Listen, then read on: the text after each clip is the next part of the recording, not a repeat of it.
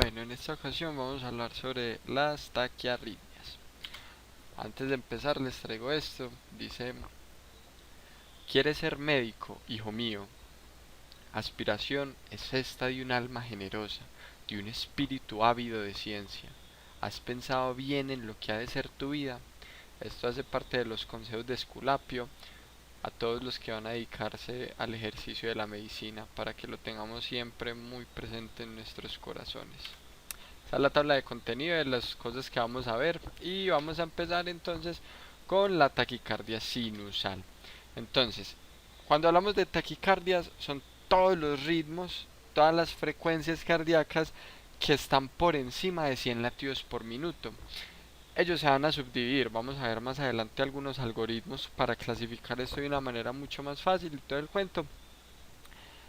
Pero entonces sí, entonces la taquicardia sinusal se va a caracterizar por una frecuencia cardíaca entre 100 a 160 latidos por minuto y que es desencadenada por un estímulo fisiológico. Entonces hay un aumento de ese automatismo cardíaco del cronotropismo, que va a generar que la frecuencia cardíaca se eleve. Este estímulo obviamente simpático, principalmente va a estar desencadenado por una respuesta emocional, un desencadenante físico como el hacer ejercicio, tener relaciones sexuales, la ansiedad, el dolor puede desencadenar una taquicardia sinusal.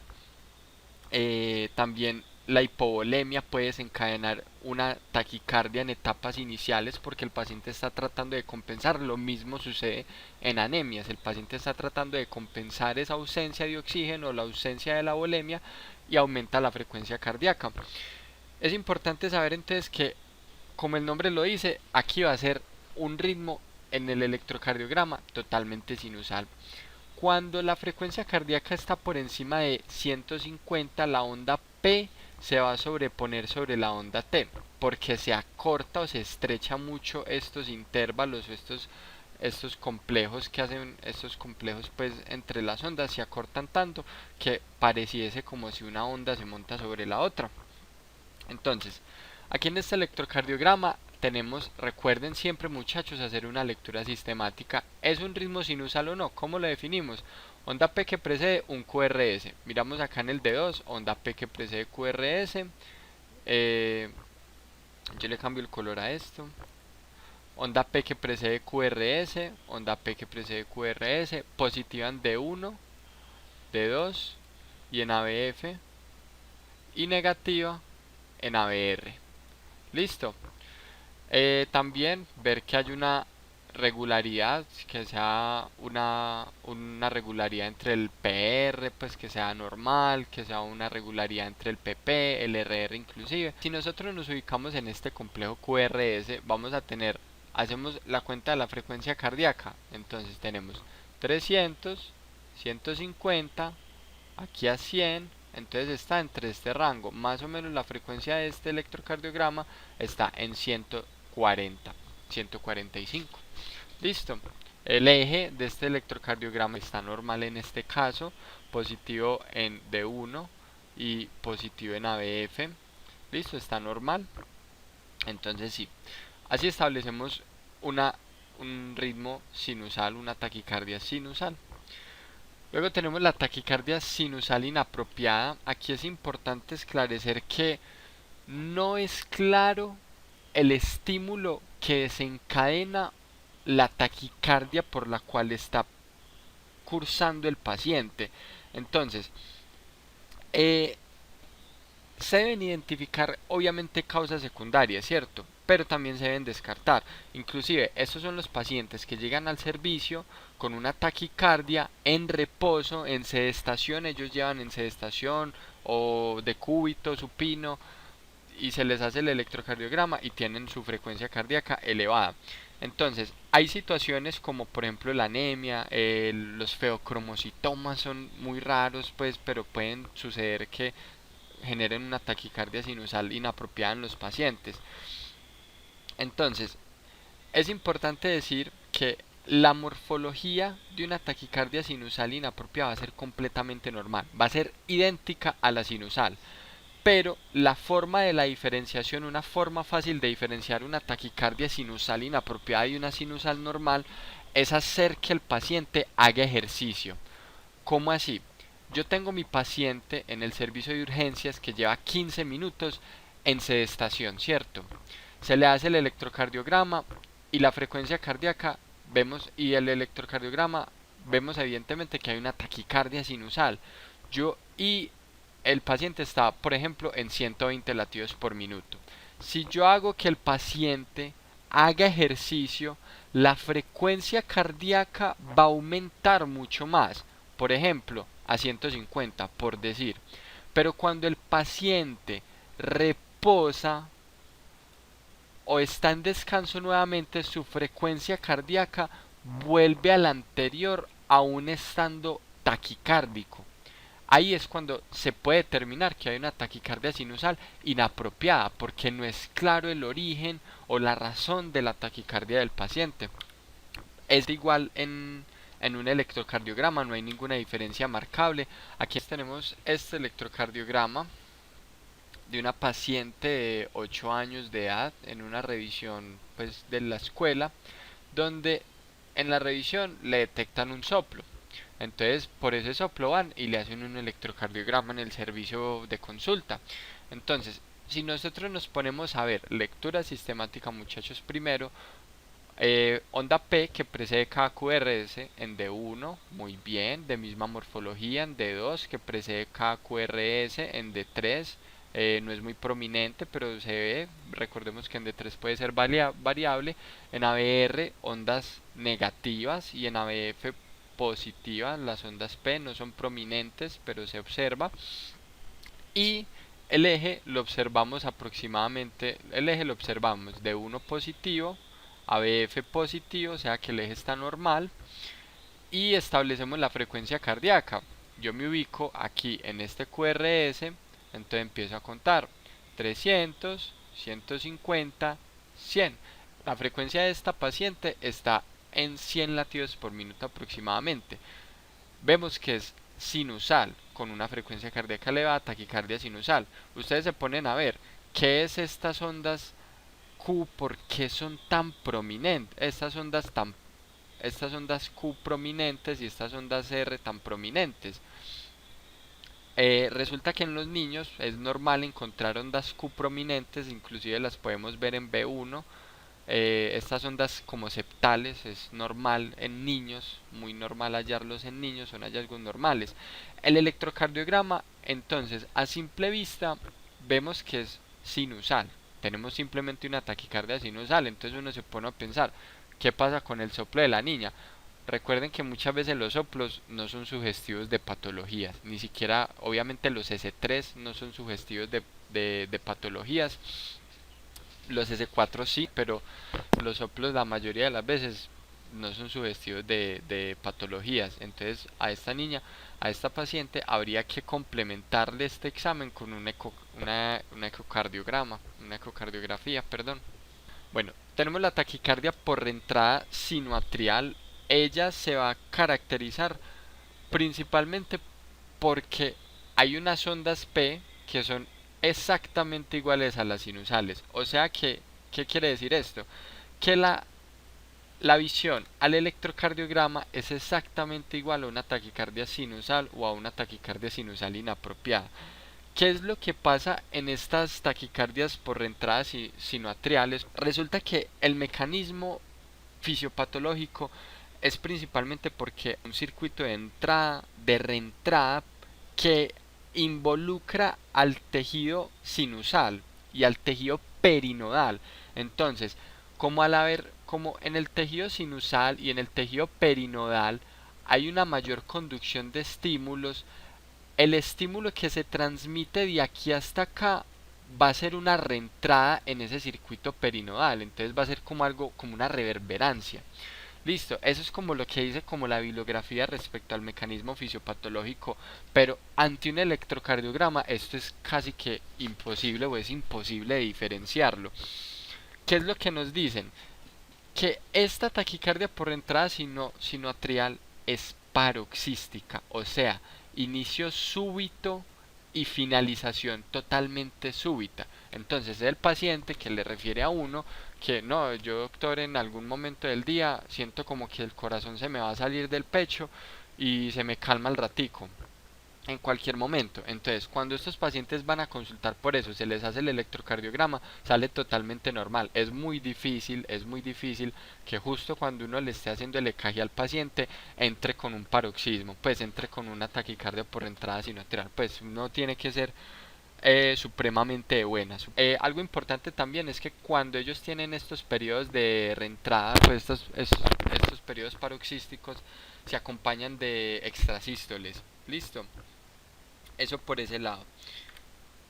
Luego, entonces, ustedes se pondrán a pensar, ¿cómo carajos yo diferencio una taquicardia sinusal inapropiada y una por una reentrada sinoatrial si todas se ven exactamente igual en el electrocardiograma? Muchachos, explícitamente la clínica. Entonces, yo tengo un paciente sinusal con una taquicardia sinusal, pues sé que es desencadenado por un estímulo, que lo dejó la novia, que estaba haciendo ejercicio, que subió las escaleras para llegar al lugar donde le están haciendo el EKG. Es un paciente que está alterado, que yo sé que tiene por ahí una anemia o que tiene fases de dolor inclusive, entonces yo lo voy a diferenciar así. Listo. La taquicardia sinusal inapropiada no va a ser claro el mecanismo fisiológico por el cual ese paciente está cursando con una taquicardia. Entonces, yo lo que voy a hacer es que el paciente haga ejercicio, ¿cierto? Que se levante, se siente varias veces o que suba y baje unas escaleras, si se puede obviamente, y la frecuencia va a aumentar a más de la que la tiene en ese momento, pero cuando él reposa retorna a la misma frecuencia cardíaca en la que él estaba.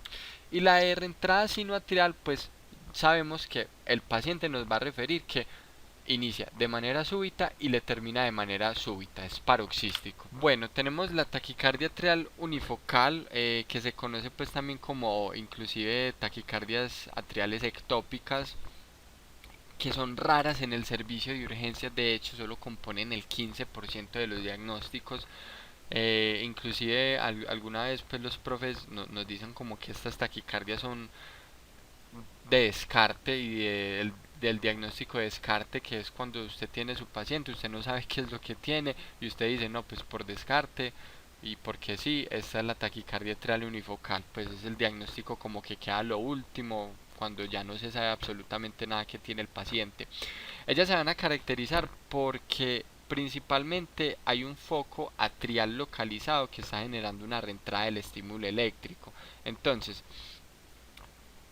depende mucho de enfermedades subyacentes que pueda tener el paciente, pero inclusive no, eso puede ser idiopático, aunque se determina que cuando hay un nodo sinusal enfermo, los pacientes pueden cursar con esta enfermedad, lo que va a hacer que aumente como esa conectividad o esa conductancia del tejido nodal para que pueda haber una mayor conducción de los estímulos como tal.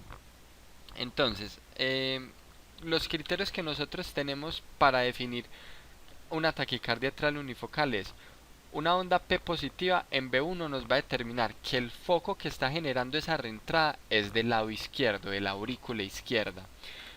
Cuando es una P positiva o isobifásica en ABL, el foco va a ser de la aurícula derecha, pero cuando la P es negativa en las derivadas inferiores, o sea, en las derivadas de 2, de 3 y en ABF, que son las derivadas inferiores, el foco va a ser izquierdo-derecho, cualquiera de los dos, pero en la región inferior de las aurículas. Listo. Eso en cuanto a los criterios pues para definir eso. También es importante saber que estos cursan con un intervalo PR más corto que el RP. El RP va a ser mucho más largo.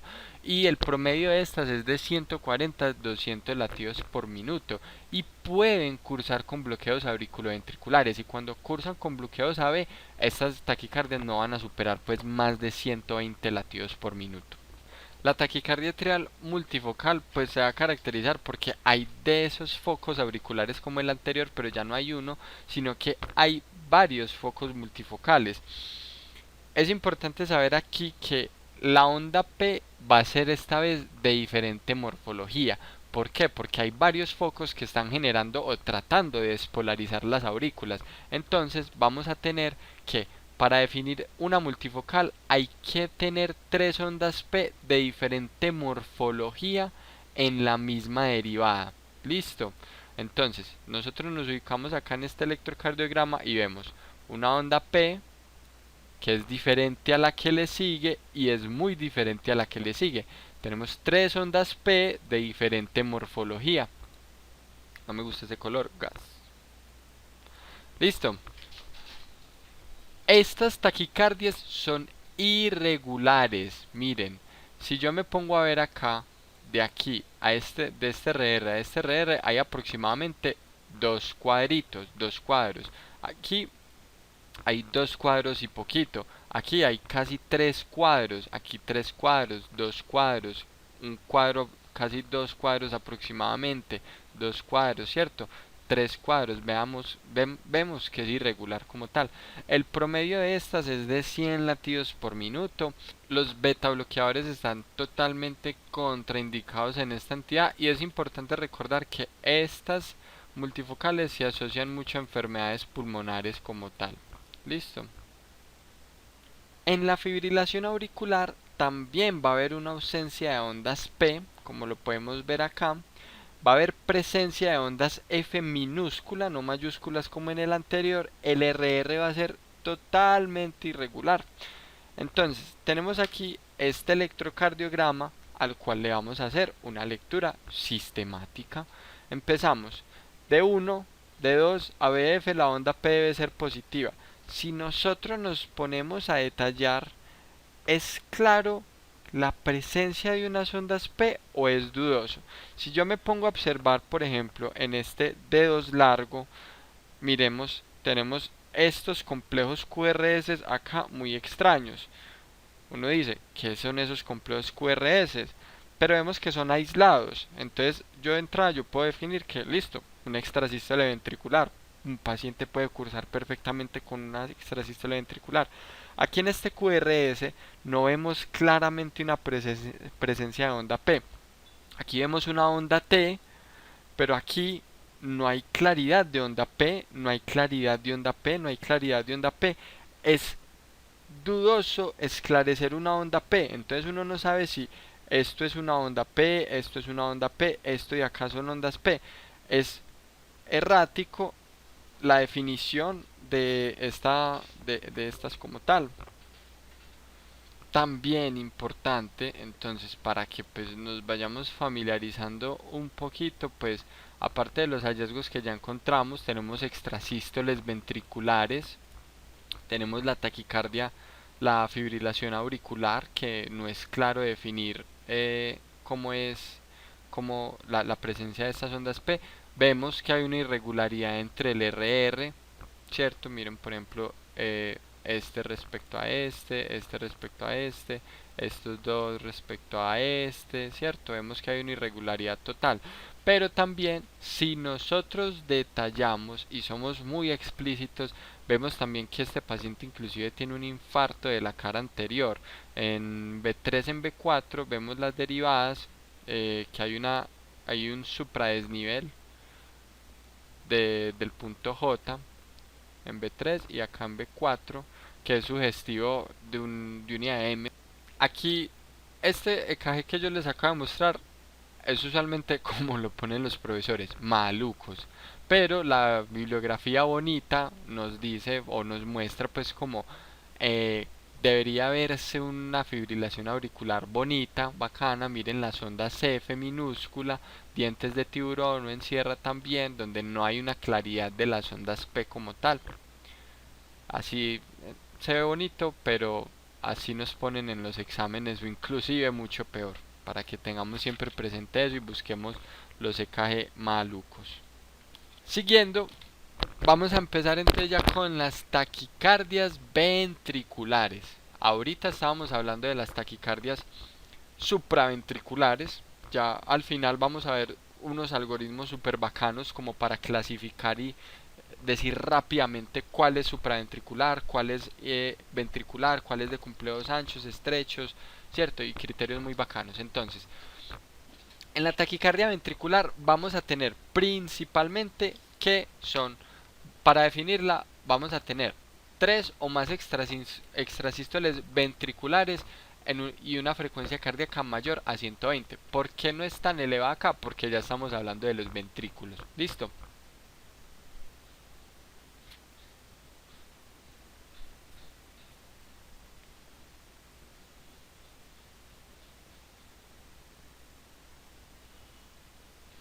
Tenemos que recordar que cuando hablamos de taquicardias ventriculares, aproximadamente el 80% de estas corresponden a taquicardias ventriculares realmente y el 90% se da en pacientes que tengan alteraciones de la estructura cardíaca como tal, que tengan cardiopatías. Y el 10%, nada más el 10% es algo idiopático, que no se puede explicar cuál es el origen de ello. Entonces, estas van a ser muy comunes porque tienen un QRS ancho. Listo. Entonces tenemos inicialmente dos clasificaciones de la ventricular. Una monomórfica que se llama así porque el QRS es igualito, de la misma morfología. Y la polimórfica que va a ser por una variación de la morfología del QRS. Entonces, si nosotros observamos aquí en este KG, vemos unos complejos QRS anchos mayores de 120 milisegundos. Si contamos juiciosos, empezamos 1, 2, 3, 4, casi 5 cuadritos me compone este QRS. Lo normal es máximo 3 cuadritos, 120 milisegundos. Entonces, y vemos que el que le sigue es muy similar, es similar, una taquicardia ventricular monomórfica. La polimórfica ya va a ser unos complejos QRS con una variación en su forma, en su morfología. Entonces, si nosotros observamos estos QRS, son diferentes unos de otros, ¿cierto? O sea, y miren, algo importante acá, para diferenciar de una taquicardia ventricular polimórfica y una de puntas torcidas, que la de puntas torcidas va a caracterizarse ¿por qué? Porque esos QRS, aunque sean diferentes unos de otros, va a ser cíclico. ¿Cómo así? Si nosotros miramos este segmento de acá, es cíclico, pero cambia respecto a este que le sigue. Pero si observamos el que le sigue, por ejemplo en este caso, es nuevamente cíclico respecto a este. Este varía, este es totalmente uno diferente de otro QRS, pero este cumple con que algunos QRS sean cíclicos respecto a otros. Listo. Bueno, ya por otro lado tenemos el ritmo idioventricular acelerado, que si ustedes se acuerdan, este ya es un viejo amigo, un viejo conocido, que era el ritmo idioventricular, que lo vimos en bradiarritmias. Si se acuerdan, el ritmo idioventricular, ¿cierto? La bradicardia idioventricular era caracterizada porque había una ausencia de ondas P y QRS de características ventriculares, o sea, QRS anchos, ¿cierto? Pero aquí ya en este caso el ritmo va a estar acelerado porque está tratando de compensar el automatismo. La frecuencia cardíaca del idioventricular ya acelerado va a ser de 50 a 120 latidos por minuto. ¿Esto por qué sucede? O sea, aquí esto empieza a suceder porque el nodo sinusal y el nodo del tejido de la unión ya no funcionan, ya no están funcionando. Entonces, ¿quién asume la comandancia? Las fibras de Purkinje, esas fibras terminales del sistema de conducción cardíaca. Que si nosotros nos acordamos, esa frecuencia cardíaca de las fibras de Purkinje es de 15 a 40 latidos por minuto. Entonces, si hay una taquicardia de esas fibras de Purkinje, esa zona ventricular, pues va a ser superior a esto, va a ser de 50 a 120 latidos por minuto. Se asocia mucho a bloqueos auriculoventriculares completos, grado 3. Listo. Entonces, si nosotros nos ubicamos acá en este QRS, pues vamos a ver que no hay ondas P porque la comandancia la está asumiendo estas fibras. Y el QRS, si nos ponemos a contar juiciosos, pues va a estar ancho. Empezamos 1, 1, 2, 3, 4. Está superior a 120 milisegundos. Este QRS está aproximadamente en 160 milisegundos. Está prolongado. Vemos vemos que hay una taquicardia. Entonces nos ubicamos acá y empezamos a contar. 300, 150, 100, 75. Aproximadamente nos dan 75 el QRS que nos cumple.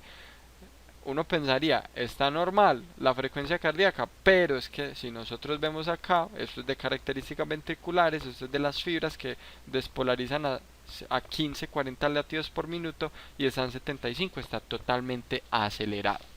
El flóter ventricular se va a caracterizar ¿por qué? Porque hay una frecuencia cardíaca siempre superior, estas van a ser elevadas la mayoría de las veces a 250 latidos por minuto y aquí no se va a diferenciar nada de nada, ni los QRS ni las ondas T. Entonces, ¿cómo se va a ver eso en el electrocardiograma? Mírenlo cómo se va a ver. Esto es un flóter ventricular, ¿cierto? Vemos que la frecuencia cardíaca está aproximadamente en 300 latidos por minuto y miren lo característico de un flóter ventricular, cómo son las ondas en teoría ventriculares, los QRS. Entonces, es importante diferenciar acá dos entidades, una taquicardia ventricular no sostenida y una sostenida. La sostenida dura menos de 30 segundos y no hay compromiso hemodinámico, es el paciente que está pues asintomático, no está grave, pero la sostenida dura más de 30 segundos y tiene compromiso hemodinámico con el paciente. La fibrilación ventricular se va a caracterizar, es muy fácil de diferenciar porque es un ritmo totalmente caótico y desorganizado. No hay diferencias entre las ondas QRS y las T. Esto es desfibrilable, muchachos, nunca lo vayan a olvidar.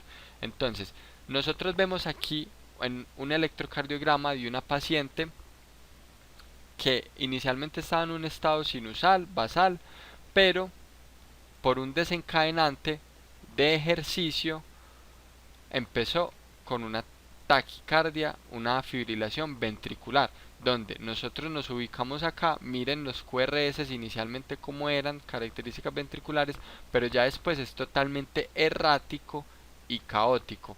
Este KG era un paciente de 40 años en el que llegó al servicio de urgencias por presentar dolor torácico.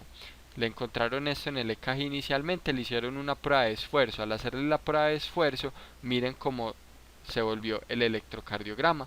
Un ritmo totalmente caótico y desorganizado, sugestivo y de una fibrilación ventricular. Normalmente en un electrocardiograma bonito que nos muestra la bibliografía se ve de la siguiente manera, muchachos. En todo su ritmo, en todo su trazado electrocardiográfico vamos a tener una frecuencia cardíaca elevada y no va a haber una diferenciación de los complejos QRS ni de las ondas T y lo vamos a ver feo, desorganizado, caótico. Entonces, a modo de repaso, tenemos que analizar QRS, complejos QRS. Si no hay complejos QRS, ¿cuáles son mis sospechas diagnósticas? Yo puedo pensar en una fibrilación ventricular, en una taquicardia ventricular, en una taquicardia ventricular de puntas torcidas o en una sistolia, que evidentemente no hay diferenciación de los complejos QRS, pero si yo analizo que si hay complejos QRS, ¿qué es lo que yo tengo que pensar? Sobre la onda P.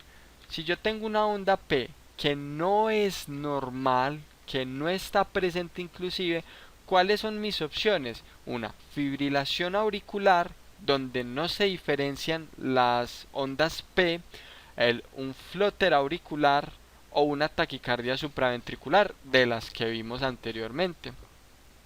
Pero si yo tengo una onda P donde la veo normal, positiva en D1, D2 ABF, negativa en ABR, de misma morfología, ¿qué es lo que yo tengo que pensar? En el intervalo PR. Si yo observo el intervalo PR y está alterado, ¿cuáles son mis opciones? Un bloqueo auriculoventricular grado 1, un grado 2 MOVITS 1, MOVITS 2 o el 2A1, o un bloqueo auriculoventricular grado 3. Pero si yo veo que mi intervalo PR está normal, está conservado entre 120 a 200 milisegundos, yo que analizo la frecuencia cardíaca. Si la frecuencia cardíaca está alterada, pues yo ya defino si es una bradicardia sinusal, un ritmo sinusal o una taquicardia sinusal. A modo de saber y para que lo tengamos presente ya en nuestra vida, hay unos ritmos de paro que son no desfibrilables y unos que son desfibrilables. ¿Cuáles son los no desfibrilables? Una actividad eléctrica sin pulso y una sistolia. Estos ritmos jamás se desfibrilan. ¿Qué es lo que se hace con ellos? Se analiza por qué el paciente está en este ritmo y se corrige. ¿Cuáles son las causas más frecuentes de actividad eléctrica sin pulso o asistolia? Las 5H y las 5T. ¿Que cuáles son? Las 5H, hipovolemia, hidrogeniones, hipotermia, hipoxia, qué pena acá esto, hipo o hipercalemia. Si yo tengo un paciente con una alteración de estas, pues la corrijo. Si yo tengo un paciente con hipovolemia y está en una actividad eléctrica sin pulso o en una sistolia, pues dele líquido. Si está en hipotermia, corríjale la causa por la que está en hipotermia, quítele la ropa fría, séquelo, dele calor local, listo. Si está en hipoxia, ventile, dele compresiones, listo. Se deben corregir causas para poder corregir este ritmo. Y las 5 T's vienen a ser intoxicaciones, tóxicos, taponamiento cardíaco, trombosis coronaria pulmonar y tensión de neumotórax a tensión. Se corrige esto y se corrige el ritmo en el que esté el paciente. Y ritmos de paro desfibrilables, pues la fibrilación ventricular y la taquicardia ventricular sin pulso.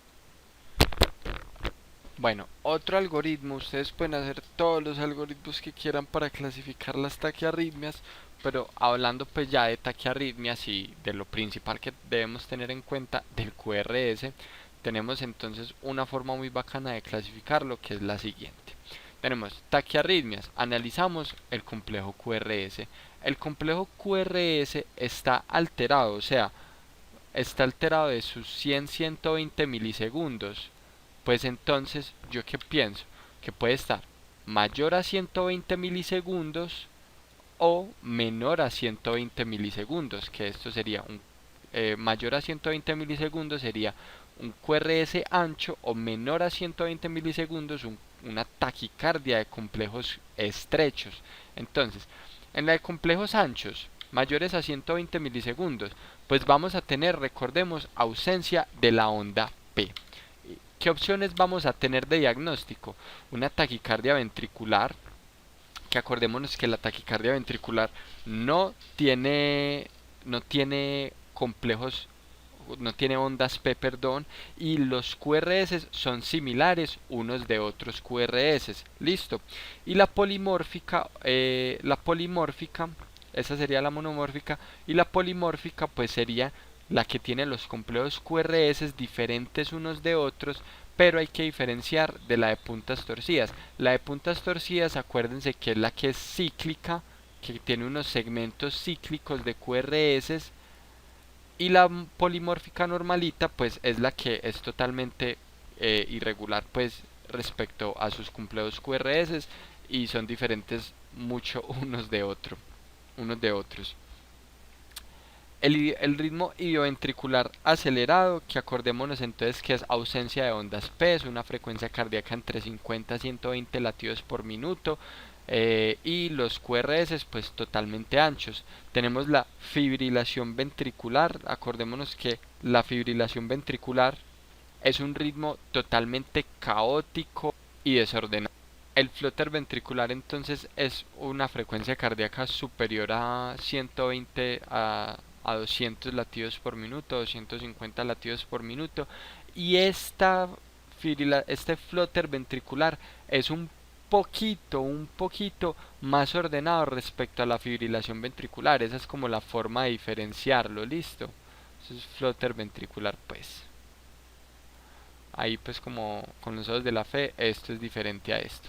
Y el síndrome de Wolff-Parkinson-White, que se los voy a dejar a modo de consulta para que averigüen este fenómeno de preexcitación tan bonito.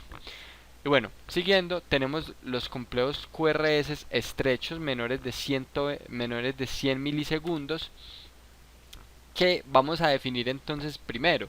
El RR de estos es regular o irregular. Entonces, cuando definimos que es regular, vamos a tener las siguientes opciones: una taquicardia sinusal, una taquicardia sinusal inapropiada, una taquicardia por entrada del nodo sinusal o sinoatrial. Que acordémonos que estas tres se diferencian por la clínica. ¿Listo? Porque son exactamente iguales ante un electrocardiograma. La taquicardia unifocal, que se va a caracterizar por el foco ectópico, por un solo foquito ectópico como tal. Y acordémonos de esos criterios que habían, B1, que en B1 la onda peste positiva, que me va a decir que el foco está al lado izquierdo, que sea positiva en ABL, el foco va a estar al lado derecho, o que sea negativa si no estoy mal, se me olvidó, en las derivadas inferiores, si mal no recuerdo. Y eso nos va a decir que el foco está como en la parte inferior de las aurículas. Y el flóter auricular, que se va a caracterizar principalmente por esas ondas F que existen, o esos dientes en tiburón o en dientes de serrucho, como lo quieran llamar, y es mayor de 250 latidos por minuto aproximadamente. Listo. Y las ondas F, acuérdense de eso, muy importante. Y cuando nosotros tenemos ya entonces el RR irregular, pues vamos a tener las siguientes opciones: una fibrilación auricular, que acuérdense que no hay forma de diferenciar ese trazado electrocardiográfico que hay entre los QRS, es totalmente errático, caótico. Y la diferenciación de una fibrilación auricular a un flutter auricular es esto, muchachos, que uno es irregular, la FA es irregular y el flutter auricular es regular. La taquicardia multifocal, que se debe, acuérdense, a esos varios focos ectópicos que existen, que para determinar esta pues tiene que haber tres ondas P de diferente morfología en la misma derivada. Listo, muchachos, eso es todo. Espero que les sirva el video. Pues a mí me sirve obviamente estos videos para estudiar. Espero que les sirva mucho pues estas cosas que yo hago. Yo sé que no son las más bonitas, las más detalladas, pero pues si sirve, excelente. Me sirven para estudiar. Suscríbanse, mentiras no, los quiero mucho. Que tengan éxito en sus parciales y en su semestre.